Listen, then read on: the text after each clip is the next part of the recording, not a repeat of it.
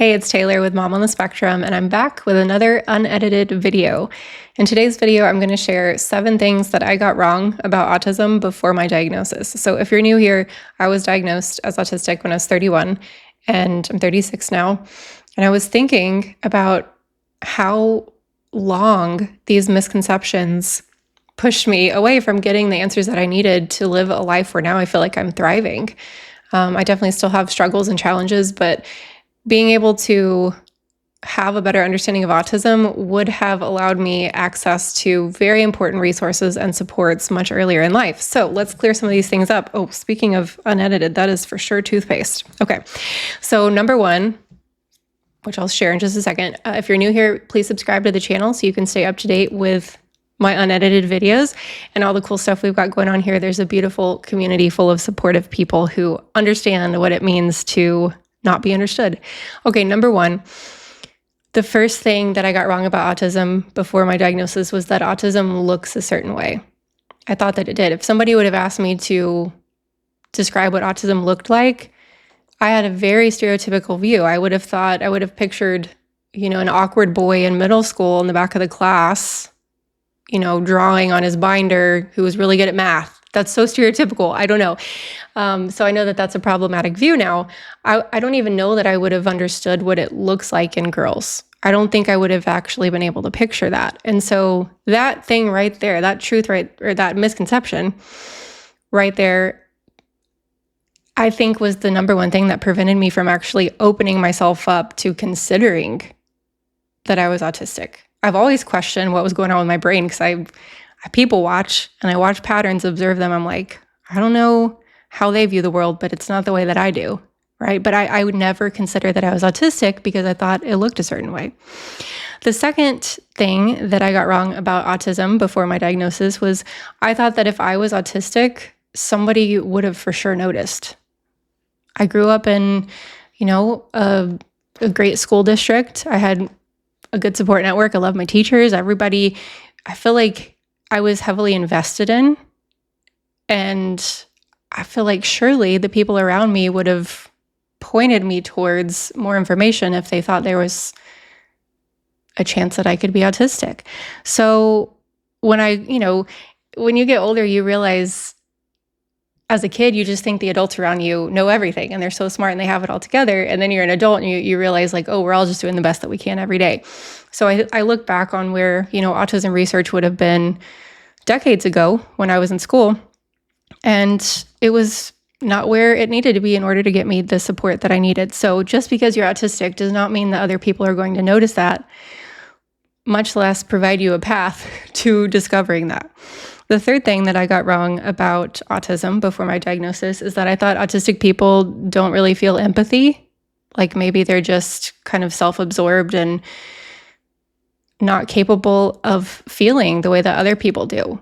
And now I know that that is completely false. I actually think, on the contrary, that autistic people can be some of the most empathetic people that I've met. I think oftentimes we feel so much that sometimes it makes us come across socially awkward because there's such a depth of emotional experience that we're unable to convey. And I know sometimes for me it comes across as freezing because I just feel so much sometimes. So autistic people definitely feel empathy. The fourth thing that I got wrong before my diagnosis is thinking that sensory issues were just preferences. Oh, just push past that, just get over it. Sensory issues have real consequences and real ripple effects for our whole day. I mean, speaking of, so I threw my comfort sweatshirt on before the video just because I'm like, I have to feel, so this is like, okay, here's my comfort plug. I'll put a link in the description. This is my comfort hoodie. And it's literally, it's a comfort hoodie by Comfort.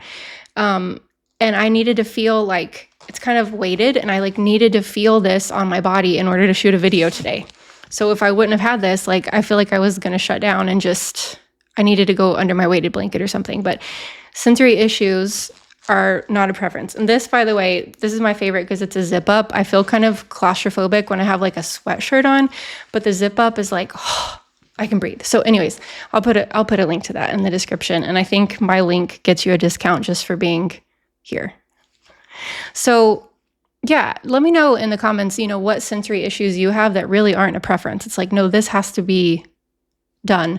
Like I know for my son with loud noises, it's not a preference. Like if there's loud noise going on, it has to be reduced or he has to relocate or else he can't communicate. Like he just shuts down. It's not a choice that he makes. It's not him being dramatic or oversensitive. His brain, I've watched it happen. I've watched it be there since he was born. I've watched the progression of this and how it hasn't changed. It's just an autistic thing for him. When there are extraneous sounds and noises, it blocks his ability to communicate. I just watch that process shut down. So we're not being dramatic. We're not being high maintenance. Our brain functions differently. And sensory issues are very, very important to address in order to help us show up fully, in order to help us feel safe. So, so important. Number 5, something I got wrong about autism. So I thought being autistic was like something you needed to fix. And I'm so far on the other side of that now. I realize that, I feel like emotional about it. Speaking of empathy for myself, I'm so proud of being autistic. And I'm so proud of the autistic community and what we represent and how incredible our brains are.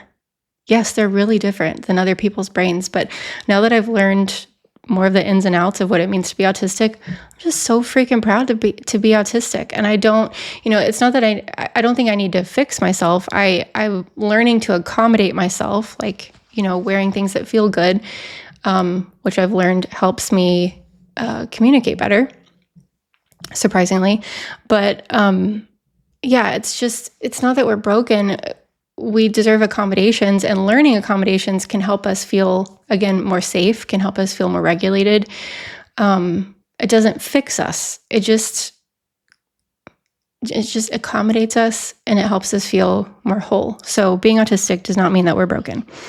Number 6, the 6th thing that I got wrong before my autism diagnosis was thinking that I'm just socially anxious.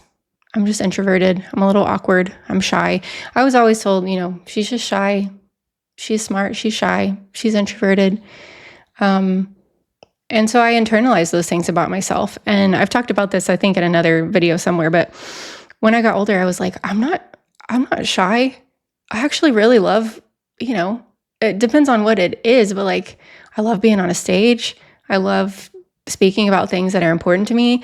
I really, if I feel safe with someone, relatively safe, I love talking and sharing and yeah, I don't feel like a shy person. I just feel like somebody who didn't have the tools, who doesn't always still have the tools to engage with people the way that other people do. But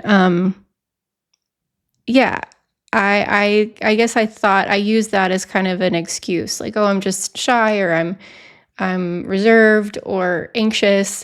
And actually when I first sought out therapy in college, the therapist that I saw at TCU did like biofeedback, and you like put stuff on, you put little nodes on and like watch the thing bounce and try to use your breath to calm yourself down. And the consensus there, the bottom line was, yeah, you're just super anxious. Like, let's work on being calm. Let's work on stress management, which, I'm not saying that wasn't true, but that wasn't the answer to the struggles that I was having. And then the last thing here on my list today that I got wrong about autism before my diagnosis was thinking that getting a diagnosis wouldn't change anything. I went back and forth about this for so long.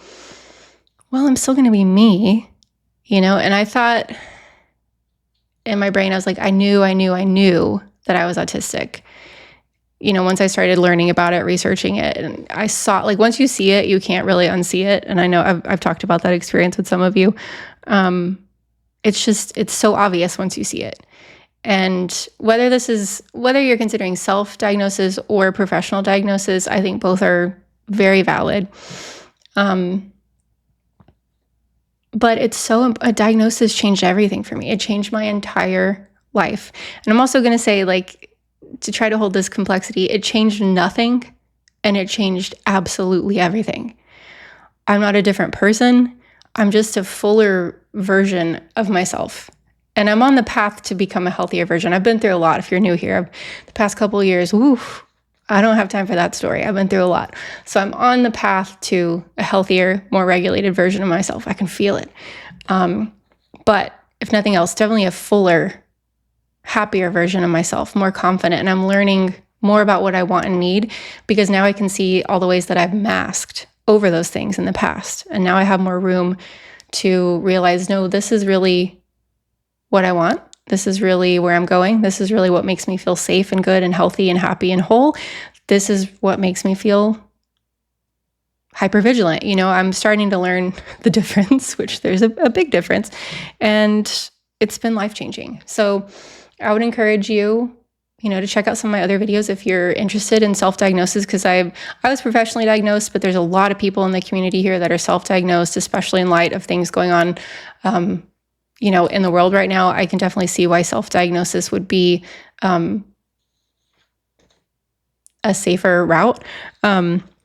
So for sure, that's a whole nother journey we can talk about, and I've got some more videos about. But let me know in the comments. So what are some things that I want people to know. I want to spread the word, because let me finish one of these thoughts that I've started. Which one am I going to pick? Now I can't remember any of them, but it's unedited, so that's okay. We're going to keep going. These misunderstandings that I had really prevented me from getting my diagnosis for so long. So let's kick the door down in a kind, gentle, safe way for other people, and let's help them understand what are some more things. Let me know in the comments what has stood in the way of you getting your diagnosis. And then once you saw it, once the light turned on, you're like, aha, what helped it click for you? What was getting in your way? So yeah, and I'll put the link in the description to this comfy zip up hoodie, so you can feel safe and warm and cuddly like me. Even though I live in Texas and it's almost 100 degrees outside, I'm still wearing it. Because sensory needs are not preferences. Okay, I don't know how to end this video. Thanks for watching. Subscribe if you haven't already, and I'll see you in the next video. Bye.